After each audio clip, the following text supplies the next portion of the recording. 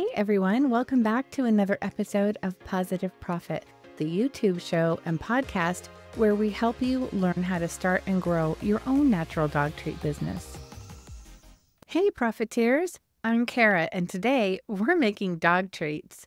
I'm really excited to share with you the very first recipe I ever made, a peanut butter dog bone. Of course, you can make whatever shapes you want, but we're going to make the very basic and versatile recipe, the peanut butter dog treat.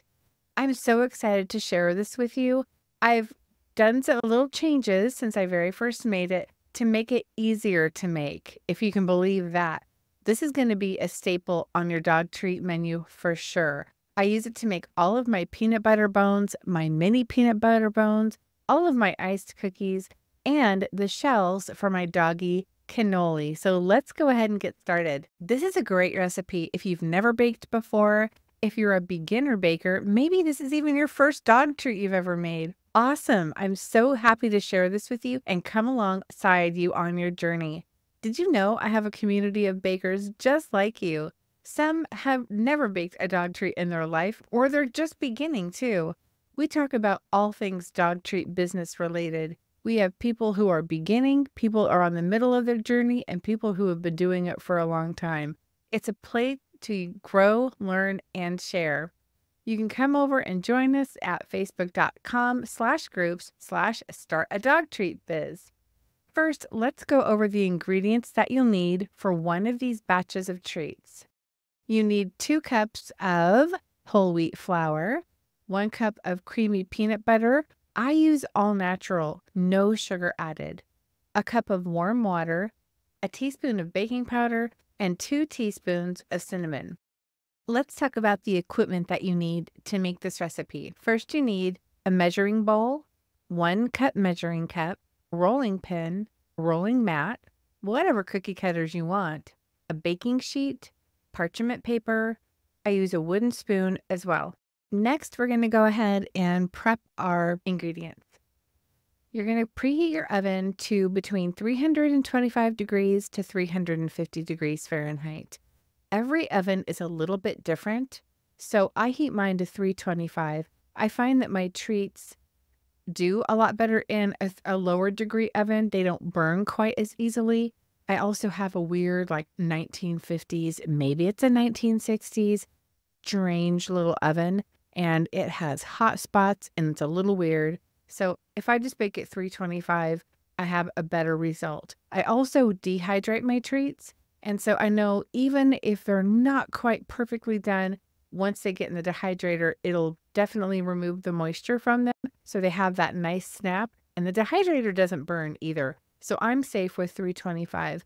But if you know your oven and you can go to 350 and be fine, perfect. Go ahead and do that. Whatever in between suits you. Spoiler alert, I mix by hand. I don't use a mixer. I used a mixer when I very first started, and I found that I was over mixing my dough. If I mix it by hand, I can feel it along the way, and I don't run into over mixing as often. So I'm going to go ahead and get started by whisking together my dry ingredients in the large mixing bowl. That would be the flour, the baking powder, and the cinnamon. Once we have everything in the bowl, we'll just give it a whisk to combine everything. I like to use Ceylon cinnamon. It's safe for dogs, and it has a fruity smell that is absolutely amazing. It's a little bit more expensive than regular cinnamon, but it's worth it. So once you have the dry ingredients mixed and well combined, it's time to add your creamy peanut butter. I like to mix it in to my dry ingredients thoroughly. The key is to make sure that your peanut butter is mixed in really well and incorporated before you add the warm water. So with my rubber scraper, which I'm not really sure if I told you was on the list, this is the one I use though. It just makes it getting peanut butter out of the bowl easier. Yes, it's a Christmas spatula, but I don't care. It's my lucky spatula, so I just keep using it. Make sure to get all that creamy peanut butter goodness. The reason I don't use crunchy peanut butter is because I like to cut out shapes. My cookie cutters have crisp edges, and if I hit a peanut with one of those, it's not going to make my edge very straight. It's going to become a little jagged, maybe a little lumpy, a little off.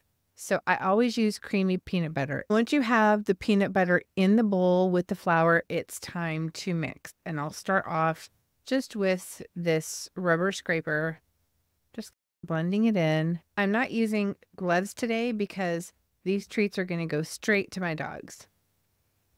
I'm not selling these. Otherwise, I would be wearing gloves. So just try to smash with the back of your spoon.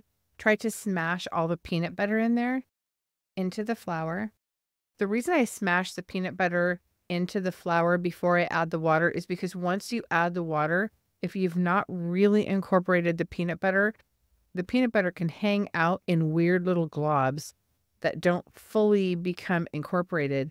And if you try to incorporate them all, you run the risk of overmixing your dough. Overmixing your dough really stretches out those gluten strands that are contained within the whole wheat flour, and they will make it really tough, even to the point of barely elastic anymore. And it's hard to roll out, it's hard to cut out, and it makes for a really tough treat. And it's not what you want. So I tend to not overmix my dough if I can help it at all. And a little trick is if you pop your peanut butter into the microwave for about 30 seconds, it'll become warm and easier to mix in as well. In the wintertime, when it gets cold in the house, I always do that because my peanut butter is so stiff. But it's summertime now, so it's warm. So I don't have that problem. It's looking good. It's looking kind of sandy with some small chunks, but you can see the peanut butter is really gotten really well mixed in. The last thing to do is pour in 1 cup of water. And this is warm water. And I pour it in a little bit at a time and stir just to make sure everything is incorporated. But don't stir too much. I don't want to fully overwork it. So just a little bit at a time. Stirring as you go. This is fun. This is so fun to make dog treats with you. I hope you're following along. And the smell, if you guys are making these with me right now, the smell is like so amazing. And as you add more water and work this, the dough is going to become more stiff and more stiff. And that's okay. Just becomes a little bit stiff for this spatula. I may have to go to a wooden spoon. We shall see. We shall see. So far, so good. If you're listening to me in podcast land, the dough is just starting to come together. Coming together means it's no longer crumbly. It's sticking to itself, and I can roll it around in the bowl, and it's forming a ball of dough. That's how it works. And I'm just turning the dough over and over in the bowl to allow some of the more moist parts of the dough to come in contact with some of the floury mixture that's still at the bottom of the bowl. And what it will do is the wet parts of the dough will catch the floury mixture and it will bring it into itself, helping to form this dough ball that we're making. Everything has come together. And let me scrape it off the rubber scraper. Now, here is a tip that I use, and I have had great success with it. I started on accident, and it turned out so well. Now I do it every time. But once I've got the dough in this ball, let me move this away. Once I have the dough and it's all ready to go, you can see it's all in a ball. It's perfect. My dough is perfect. But what I like to do is before I start rolling it out, I like to put it in a Ziploc bag and let it rest for about 10 minutes. And the reason I do that is because those 10 minutes allow the flour that is in the dough to absorb all the moisture. It looks like it's absorbed, but it goes so much farther when you go ahead and let it rest for about 10 minutes. You'll notice a big difference from now. See, it's cracking. See what I'm saying? A little bit of cracks in it. It's not very even. But once we let it rest, and the dough feels a little bit uneven, you can feel some more stiff spots and some more squishy spots where there's more liquid. Once you let it rest, everything evens out and it becomes so supple and soft. So we're going to go ahead and put this in a plastic Ziploc bag, let it rest for 10 minutes and come back. This is just one batch of dough, and one batch of dough, even 2 batches of dough, maybe even 3, fit nicely in a 1-gallon Ziploc bag. When I start making batches of 6, 8, 12, that's when I go to my 2-gallon Ziploc bags, which I had never seen one since I started making dog treats. But the 2-gallon Ziploc bags, they're a bit wider, maybe slightly wider, and definitely longer. Oh my gosh, those bags are amazing. So here we have it. We're just going to let it rest for 10 minutes. Okay, we're ready to take our dough out of the bag. And this is a game changer, really, putting it in the bag, because if you're thinking, oh, my dough is a little bit too dry and crumbly, just wait. Put it in this bag, wait 10 minutes, and you'll see what happens. The entire texture of the dough just changes, so it's so nice and supple. Oh my gosh, it feels amazing. Resting the dough is a real thing. So I've got my mat set down here, and this baking mat changed my whole game because it is so huge. It is 26 inches long by 18 inches wide. This is my very favorite mat. I can roll out some really big things with this mat. 18 by 26. Okay. And I'll have a link to it and some other things that I'm using here on Amazon. If you want a big rolling mat, you can go ahead and grab one. This roller has guides on the end. These things twist off and you are able to slip whatever size guide you want. And the guide really is a distance between the roller and the guide. And this area in between, that's how thick your dough is going to be with this guide on it. So this is about 1/4 of an inch or so, I believe the guides would tell me. I don't know. I just use orange. So you twist it off. Easy for me to say. And indeed, this is 1/4 inch. And this is my go-to. I mainly roll my dough 1/4 inch thick. There are times where I have rolled it thicker for different things, but 1/4 inch is pretty much my standard. You get a pack of these guides in all different sizes. And then it just quickly you pop it back on and twist it back on and you're good to go. Change them out however you need to. Great roller. It's got a great weight. It's also very wide, so you can make a large pathway as you're rolling. And with this rolling mat, you can't really see how long it is, but it's 26 this way and then 18 wide. You can go so far. Oh my gosh, it really helps. Also, I don't roll all my dough out at once because the surface of my desk is not going to fit it all. So I'll do it in 2 chunks. So I'll just cut it in half like this, put the rest back in the bag so it doesn't dry out. All right, it can just stay there. So now I have my little ball of dough. Also, this baking mat, it's got rings around. So if you ever want to do anything and measure what you're doing, how much you're rolling, this has the guides right on here for you. Now, depending on how your dough is feeling, go ahead and add some flour to your mat or some flour to your rolling pin to prevent sticking. I find with this recipe, I don't need to do that. As long as I'm using this baking mat, with this roller, I don't need to. What I did is I put my dough down and I rolled a little bit away and then back, away and back. And the great thing about these guides on the end is my dough is never going to get thinner than 1/4 inch. My dough isn't going to be thicker than 1/4 inch. It is perfect. It rolls out perfect every time. So now I've got some chunky, fatter ends on both ends. So I'll roll the ends.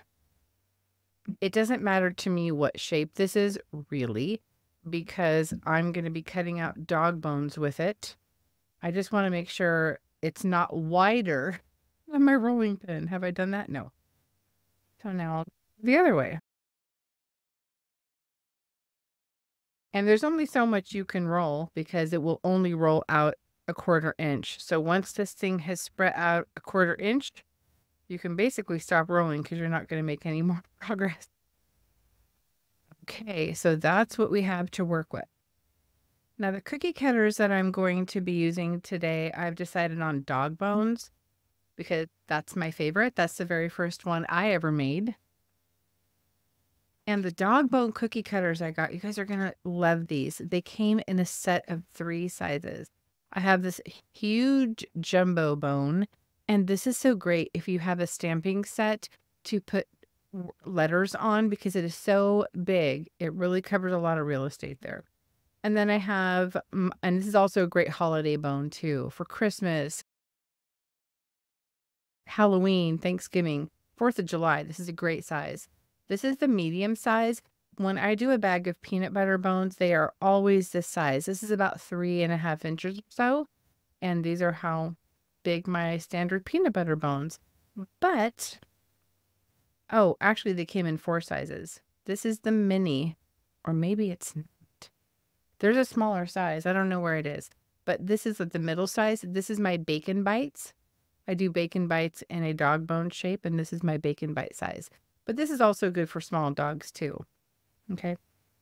So for this video, I am just going to use this size from the set, and I'm going to cut out as many as it will let me. Now it's time to roll the parchment paper across our sheet. These cutters never work, so I'll just, my scissors, I use unbleached parchment paper, and I just buy the store brand. Now I need to get it to fit, so I'll fit one corner, and then I'll cut the edges of the other side. I just crease it with my fingertips to know where I'm cutting, and this is a loose cut. And I will reuse the same sheet of parchment paper. You can get more than one bake out of it. So now it is time to cut out our dog treats, and I've got my 3.5 inch bone right here, and I'm going to start at the end and try to get as many shapes as I can and re-roll as little as possible. Re-roll the extras, because the more you work with the dough, the tougher it becomes. So placing my shape right down onto the dough, making sure it's not over the edge. See what I mean? So you have to make sure it shows all the dough underneath it, and then just press down evenly with your hand. And I'll leave that one there, and I'll continue pressing until I have covered all of the dough. Okay, well, I think this is all of the shapes I'm able to get with the dough. And I'll go ahead and just peel it back. I'm just peeling away everything that is not a dog bone. Peeling away the extras. I will re-roll the extras to make more. It smells so good. And the dough is so supple. I have not needed flour either, if you've noticed. So here's my pile of scraps. This is good stuff. Save it. We'll need that in just a minute. Now it's time to put the dog treats on the baking sheet.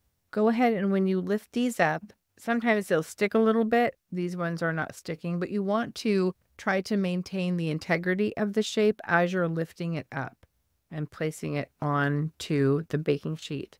If you have to, you can come up underneath the baking mat and gently transfer it onto your hand and off of the mat, depending if your dough is sticky or not.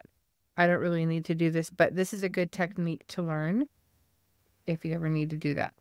I don't want to put the dog treats too close together because they will puff up some. They will rise. These smell so amazing. And because we've made these 1/4 inch thick, this is pretty substantial. When a dog bites it, it's going to go crunch. It's not just going to snap in your hand or in the treat bag or the treat bowl. Okay, so we were able with half of the dough to get 11, and we still have some scraps to roll out. So you just reform the scraps in your hand. I like to make a disc and try to push it all back together without totally mangling it. And when it looks like it's pretty much back together, you can take your rolling pin again and roll back and forth. Yes, amazing. And we still have the other ball of dough to make as well. So we're just rolling this out as far as we can go with our 1/4 inch guides on the end. And once you stop seeing it expand, you'll know that you've rolled it a 1/4 inch. Nothing more to roll. We have our cookie cutter, and we're just going to keep going like we did before. Press down, little wiggle. Press down, little wiggle. Press down, little wiggle. And can we get another? Oh my God, so close. We can not. Nope, not really. Okay. Peel away the extra. Put the treats on the sheet. And we just keep going.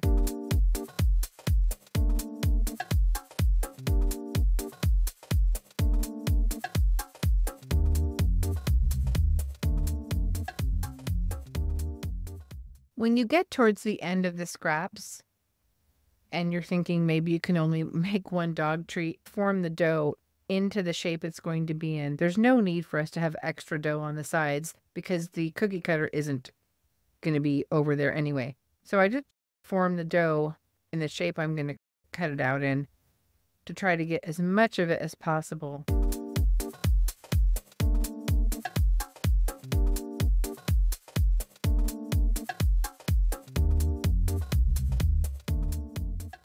We still have all of this beautiful dough to work with, so we can combine our scrap right into this dough. Fold it over, hide it in there, so we can finish out our cookie sheet of dog treats.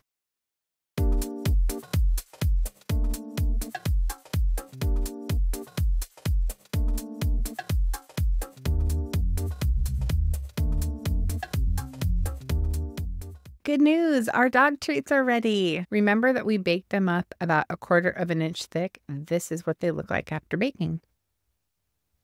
This is a good hearty treat all the way around. I turned the oven off and left them in the oven for about an hour to have them cool down naturally with the oven. Let's see how they snap. Amazing. That's incredible. Now, I'm going to give these to my dogs, so I'm not going to dehydrate them. They'll just eat them fresh. They're right here wanting. Loki, do you want some treats? Loki, do you want some treats? He's so serious. I think he does want some treats. If I was going to be selling these, I would put these in the dehydrator to dehydrate for about 6 to 8 hours or so. And before packaging, I'd also add a desiccant packet. But these are going to be going to my dogs, so these will keep fresh for several days on the counter, I'm sure. I'll probably just refrigerate them. Let's go outside and see what the dogs think. Ready to go outside and have a treat? I think he's ready. Now we're going to see if the proof is in the pudding. I know they like dog treats, but let's see how much they like these peanut butter dog treats that we just made. I have a feeling that my corgi Loki is absolutely going to devour these. Chibi, I'm not so sure. She's not really a peanut butter girl. Let's see. You guys ready?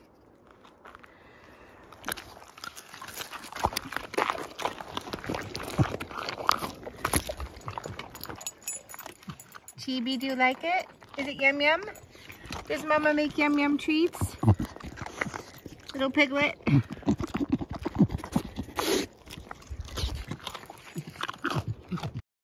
They always say, leave them wanting more. And that's the truth. They do want more. Did you make these dog treats? I would love to know. Send me some comments and let me know if you made them, how they turned out for you. If you have any questions, if you fed them to your dogs, do your dogs love them? My dogs cannot get enough. Oh man, this guy's ready. Let's see. And I think we're going to have that snap again because I can't get over an hour in the oven after you turn it off. Woo! That's amazing. These are great treats. This is an absolute staple. It's a must-have in your dog treat baking repertoire in your menu, definitely have peanut butter bones. And again, you can make these any size you want to. We used the 3.5-inch cutter. Here, this is what people on TikTok do. They go, let me show you. Anyway, and they come in a smaller one, and they even come in a smaller one than that. Oh, hello. Somebody's watching me. And then the big bone. Oh my gosh, this is a lot of fun, you guys. I'm so excited. I hope you made these, and there'll be more recipes to come. If there's a recipe that you want me to make, let me know in the comments. I'll give it a whirl. You guys, until next time, this is Kara Brothers signing off with Positive Profit. Happy baking. Bye.